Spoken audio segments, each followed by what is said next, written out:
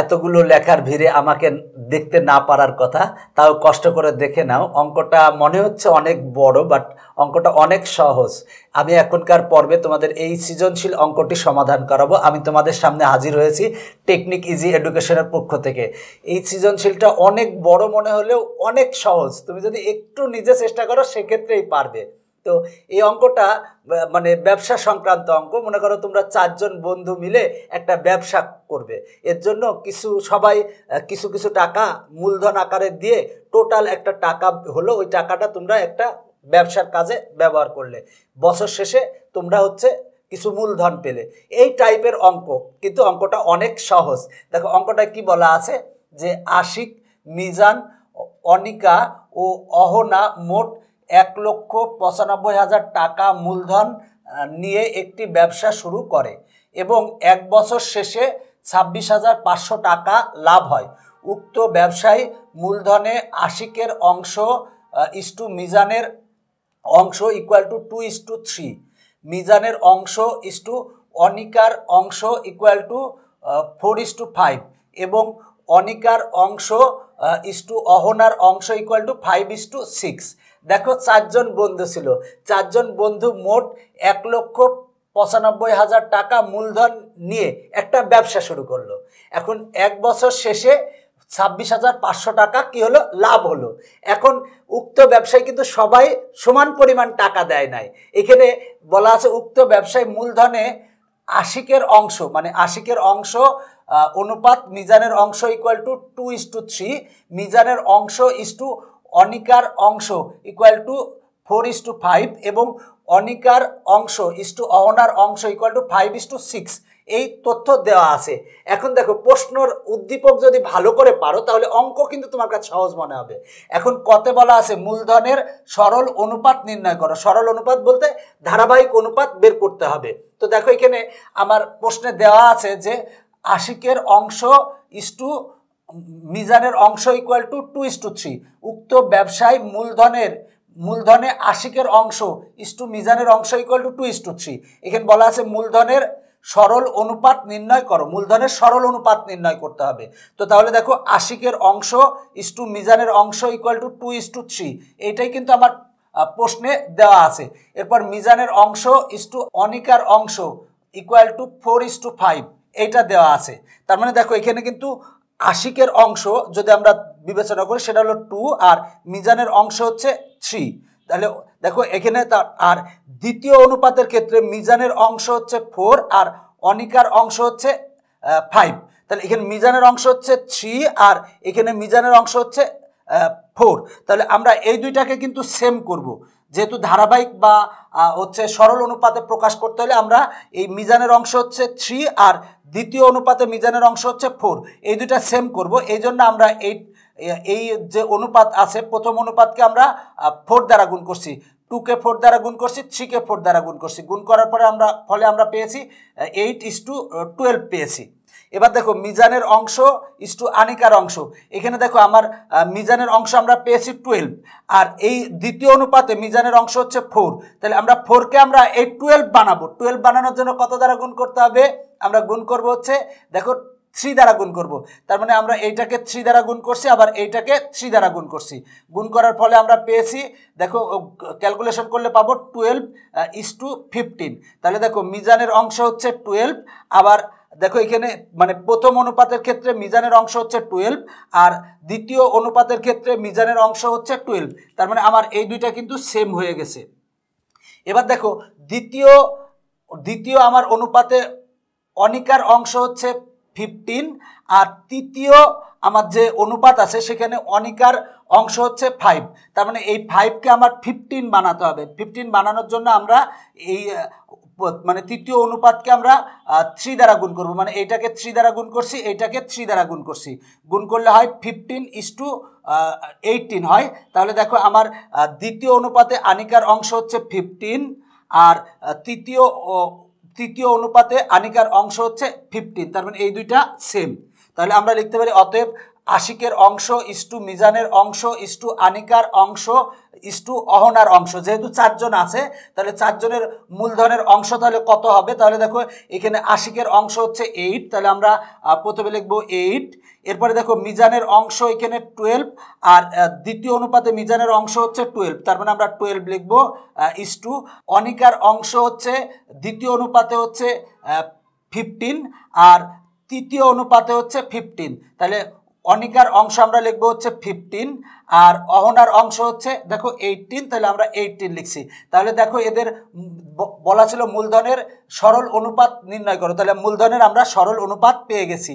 এইটাই হচ্ছে আমার অ্যান্সার।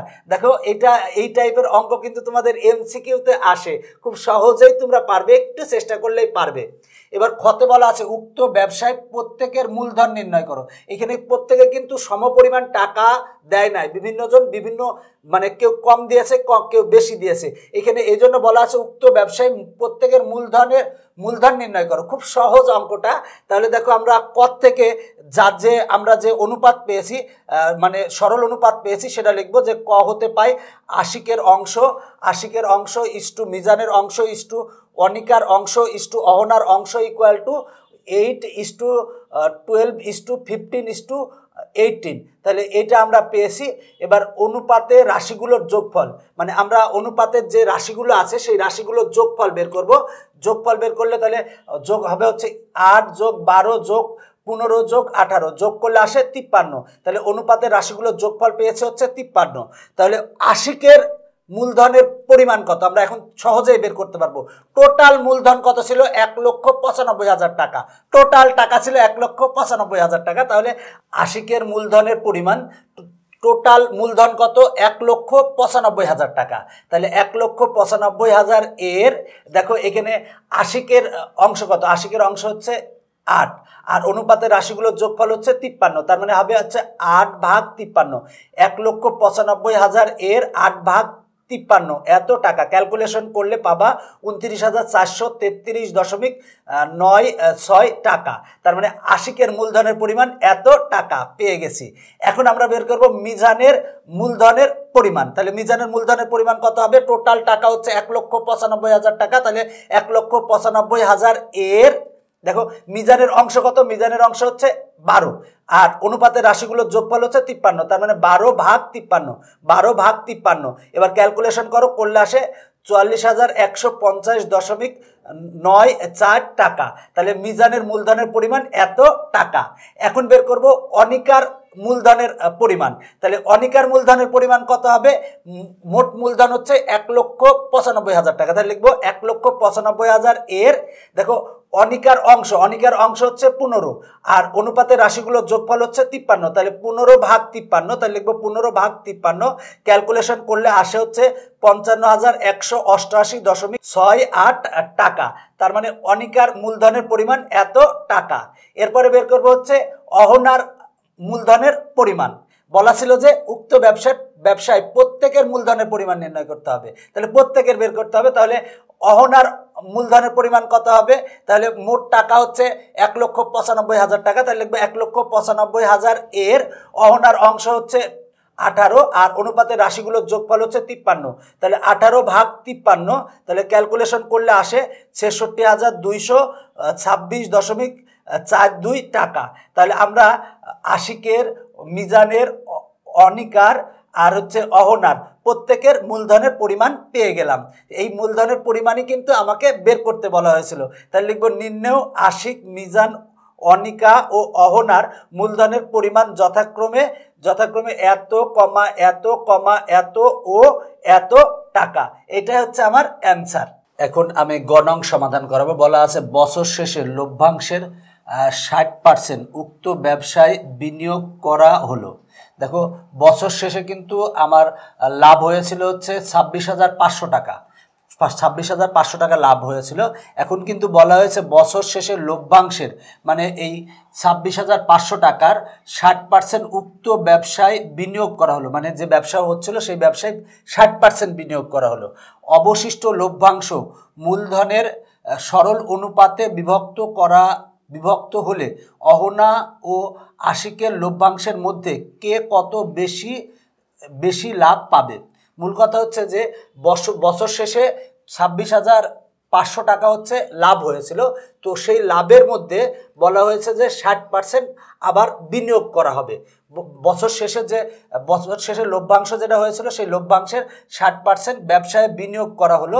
এবার অবশিষ্ট লভ্যাংশের মানে অবশিষ্ট যে লভ্যাংশ থাকলো সেই লভ্যাংশের মূলধনের সরল অনুপাতে বিভক্ত হলে অহনা ও আশিকের লভ্যাংশের মধ্যে কে কত টাকা বেশি পাবে। তাহলে দেখো ব্যবসায় বিনিয়োগ করা হলো মানে ব্যবসায় বিনিয়োগ করা হয়েছে কত, দেখো এখানে বলা হয়েছে 60%, মানে কত টাকা 60%, সেটা হলো 26,500 টাকা 60%। তাহলে 26,500 এর 60% ব্যবসায় বিনিয়োগ করা হলো। তাহলে আমরা যদি পার্সেন্টেজ তুলে দিই তাহলে 100 দ্বারা ভাগ হয়, মনে রাখবা পার্সেন্টেজ তুলে দিলে 100 দ্বারা ভাগ হয়, আর পার্সেন্টেজ নিয়ে আসতে হলে 100 দ্বারা গুণ হয়। তাহলে পার্সেন্টেজ তুলে দিয়েছি তাই 100 দ্বারা ভাগ হয়েছে। এটা যদি আমরা ক্যালকুলেশন করলে আসে হচ্ছে 15,900 টাকা। তার মানে এই 15,900 টাকা কিন্তু ওই ব্যবসায় কিন্তু আবার বিনিয়োগ করা হবে। মোট লাভ হয়েছিল হচ্ছে 26,500 টাকা, এর মধ্যে 15,900 টাকা হচ্ছে ব্যবসায় বিনিয়োগ করা হবে। তাহলে অবশিষ্ট লভ্যাংশ মানে অবশিষ্ট লভ্যাংশ থাকবে কত, লভ্যাংশ টোটাল বছর শেষে লভ্যাংশ হয়েছিল হচ্ছে 26,500 টাকা, আর 60% ওই ব্যবসায় বিনিয়োগ করা হয়েছে মানে 15,900 টাকা বিনিয়োগ করা হয়েছে। তাহলে অবশিষ্ট লভ্যাংশ থাকবে 26,500 বিয়োগ 15,900 টাকা, তার মানে থাকে হচ্ছে 10,600 টাকা। মানে অবশিষ্ট লভ্যাংশ থাকবে হচ্ছে 10,600 টাকা। এই 10,600 টাকাকেই কিন্তু আমরা অহনা এবং আশিকের মধ্যে ভাগ করে দেব। ভাগ করে দিলে কে বেশি টাকা পাবে মানে কত টাকা বেশি পাবে। তাহলে আগে বের করব অহনা কত টাকা পায় এই লভ্যাংশের, এরপরে দেখব আশিক কত টাকা পায় এই লভ্যাংশের। এখানে বলা আছে সরল অনুপাতে, মানে যে অনুপাতটা দেয়া ছিল এই যে অনুপাতটা, এই অনুপাতেই কিন্তু ভাগ করব। সেটা হলো এই 10,060 টাকা আমরা অহনা এবং আশিকের মধ্যে ভাগ করে দিব। এই অনুপাত অনুসারে ভাগ করে দেওয়ার পরে কে বেশি টাকা পেয়েছে মানে কত টাকা বেশি পেয়েছে সেইটা আমরা বের করব। তাহলে অবশিষ্ট লভ্যাংশ পেয়েছি 10,600 টাকা। এখন দেখো আমরা ক হতে পেয়েছিলাম আশিকের অংশ ইস্টু মিজানের অংশ ইস্টু অনিকার অংশ ইস্টু অহনার অংশ ইকুয়াল টু আমরা এটা কত থেকে পেয়েছিলাম। আর অনুপাতের রাশিগুলোর যোগফল আমরা এই অনুপাতের রাশিগুলোকে যোগ করলে আমরা পাবো হচ্ছে 53। তাহলে এখন অহনার লভ্যাংশের পরিমাণ কত হবে, এই অবশিষ্ট টাকাটাই কিন্তু এখানে বলা আছে অহনা এবং আশিকের মধ্যে ভাগ করে দিতে হবে। তাহলে অহনার লভ্যাংশের পরিমাণ দেখো এখানে অবশিষ্ট টাকা মানে অবশিষ্ট লভ্যাংশ হচ্ছে 10,600 টাকা, তার মানে 10,600 টাকা এর দেখো এখানে অহনার অংশ হচ্ছে 18 আর অনুপাতের রাশিগুলোর যোগফল হচ্ছে 53, তার মানে 18 ভাগ 53, তার মানে 18 ভাগ 53 ক্যালকুলেশন করো আসে হচ্ছে 3600 টাকা। তার মানে এই যে অবশিষ্ট লভ্যাংশ এই লভ্যাংশের মধ্যে অহনার লভ্যাংশের পরিমাণ হবে হচ্ছে 3600 টাকা। এরপরে হচ্ছে আশিক কত টাকা পাবে সেটা বের করব। আশিকের লভ্যাংশের পরিমাণ দেখো অবশিষ্ট লভ্যাংশ হচ্ছে 10,600 টাকা, তার মানে 10,600 টাকা এর দেখো আশিকের অংশ হচ্ছে 8 আর অনুপাতের রাশিগুলোর যোগফল হচ্ছে 53, তার মানে 8 ভাগ 53 ক্যালকুলেশন করলে পায় হচ্ছে 1600 টাকা। তার মানে অহনার লভ্যাংশের পরিমাণ পেয়েছে হচ্ছে 3600 টাকা আর আশিকের লভ্যাংশের পরিমাণ পেয়েছে হচ্ছে আমরা 1600 টাকা। এখন অহনা বেশি লাভ পাবে কেন, অহনা বেশি লাভ পাবে দেখো অহনার লভ্যাংশের পরিমাণ 3600 টাকা আর আশিকের লভ্যাংশের পরিমাণ হচ্ছে 1600 টাকা, মানে অহনার লভ্যাংশের পরিমাণ বেশি আর আশিকের লভ্যাংশের পরিমাণ হচ্ছে কম। যেহেতু অহনার লভ্যাংশের পরিমাণ বেশি এবং আশিকের লভ্যাংশের পরিমাণ কম সুতরাং অহনা বেশি লাভ করবে। এখানে কিন্তু বলা ছিল অহনা ও আশিকের লভ্যাংশের মধ্যে কে কত বেশি টাকা লাভ করবে। তাহলে অহনা বেশি লাভ পাবে, কত টাকা লাভ পাবে সেটা হলো অহনার লভ্যাংশের পরিমাণ বিয়োগ আশিকের লভ্যাংশের পরিমাণ, মানে 3600 বিয়োগ 1600 সমান 2000 টাকা। তার মানে অহনা বেশি লাভ পাবে হচ্ছে 2000 টাকা, কারণ অহনার দেখো অহনার কিন্তু অনুপাতের যে রাশিগুলো আছে এর মধ্যে অহনার পরিমাণ কিন্তু বেশি 18 দেখো আর আশিকের কিন্তু 8, তাই আশিক কিন্তু কম লাভ পেয়েছে আর অহনা বেশি লাভ পেয়েছে। তার মানে অহনা বেশি লাভ পাবে হচ্ছে 3600 বিয়োগ 1600 সমান 2000 টাকা। এটাই হচ্ছে অ্যান্সার। দেখো অঙ্কটা অনেক সহজ, আমি সংক্ষেপে একবার বলতেছি। বলা হলো যে বছর শেষে লভ্যাংশের 60% উক্ত ব্যবসায় বিনিয়োগ করা হলো, তাহলে ব্যবসায় বিনিয়োগ করা কত টাকা হলো? দেখো বছর শেষে লাভ করছিল হলো 26,500 টাকা। তাহলে ব্যবসায় বিনিয়োগ করা হলো কত? 26,500 এর 60%। এই 60% বলা হয়েছে বিনিয়োগ করা হয়েছে। এবার পার্সেন্টেজ তুলে দিলে 100 দ্বারা ভাগ হয়, ক্যালকুলেশন করলে এত টাকা আসে। তাহলে অবশিষ্ট লভ্যাংশ কত থাকবে? টোটাল লাভ করছে হচ্ছে 26,500, আর ব্যবসায় বিনিয়োগ করা হয়েছে হচ্ছে 60%। 60%-এর আসে হচ্ছে 15,900। তার মানে এইটা বিয়োগ এইটা করলে আমরা পাবো অবশিষ্ট লভ্যাংশ। অবশিষ্ট লভ্যাংশ হবে হচ্ছে 10,600 টাকা। এবার দেখো আমার এই এই যে 10,600 টাকা, এই 10,600 টাকাকে কিন্তু সরল অনুপাতে, এই যে অনুপাত আছে এই অনুপাত অনুসারে অহনা এবং আশিককে কিন্তু আমরা ভাগ করে দেব। এখানে কিন্তু অন্যজন যে আছে হচ্ছে মিজান এবং অনিকা আছে, এদের দুইজনের মধ্যে না, এদের দুইজনের অংশ বাদ দিয়ে আমাকে অহনার অংশ এবং আশিকের লভ্যাংশের অংশ বের করতে হবে। বের করার পরে এর ভিতর থেকে যার বেশি, মানে দুইজনের মধ্যে থেকে পার্থক্যটা বের করতে হবে, যার বেশি আর এবং যার কম তার থেকে বেশির থেকে কম বিয়োগ করব। বিয়োগ করলে যা হবে সেটাই অ্যান্সার। এবার দেখো আমরা ক থেকে যেটা পেয়েছিলাম সেটা লিখছি, অনুপাতের রাশিগুলো যোগফল লিখছি। এবার অহনার লভ্যাংশের পরিমাণ দেখো, অবশিষ্ট লভ্যাংশ হচ্ছে 10,600 টাকা। তার মানে 10,600 এর দেখো অহনার অংশ হচ্ছে 18, তারপরে আর অনুপাতের রাশিগুলোর যোগফল হচ্ছে 53। তার মানে 18 ভাগ 53 ক্যালকুলেশন করলে আসে 3600 টাকা। এবার আশিকের লভ্যাংশের পরিমাণ দেখো, এখানে অবশিষ্ট লভ্যাংশ হচ্ছে 10,600, তার মানে 10,600 এর আশিকের অংশ হচ্ছে 8, আর অনুপাতের রাশিগুলোর যোগফল হচ্ছে 53। 8 ভাগ 53 ক্যালকুলেশন করলে আসে হচ্ছে 1600 টাকা। এখন দেখো অহনার লভ্যাংশের পরিমাণ বেশি আর আশিকের লভ্যাংশের পরিমাণ কম। এবার যদি আমরা দুইটা বিয়োগ করি তাহলে আমরা অহনা বেশি যে লাভ পাবে সেই লাভের পরিমাণটা আমরা পাবো, সেটা হচ্ছে 2,000 টাকা পাবো। এটাই হচ্ছে অ্যান্সার। দেখো অঙ্কটা বড় মনে হলেও, মানে উদ্দীপক বড় মনে হলেও অঙ্কটা কিন্তু সহজ, একটু চেষ্টা করলেই পারবে। সহজ অঙ্ক, একটু নিজে বুঝে বুঝে করো, সেক্ষেত্রেই পারবে। এখনকার পর্ব এখানেই শেষ করছি। পরবর্তী পর্ব দেখার আমন্ত্রণ জানিয়ে বাই বাই।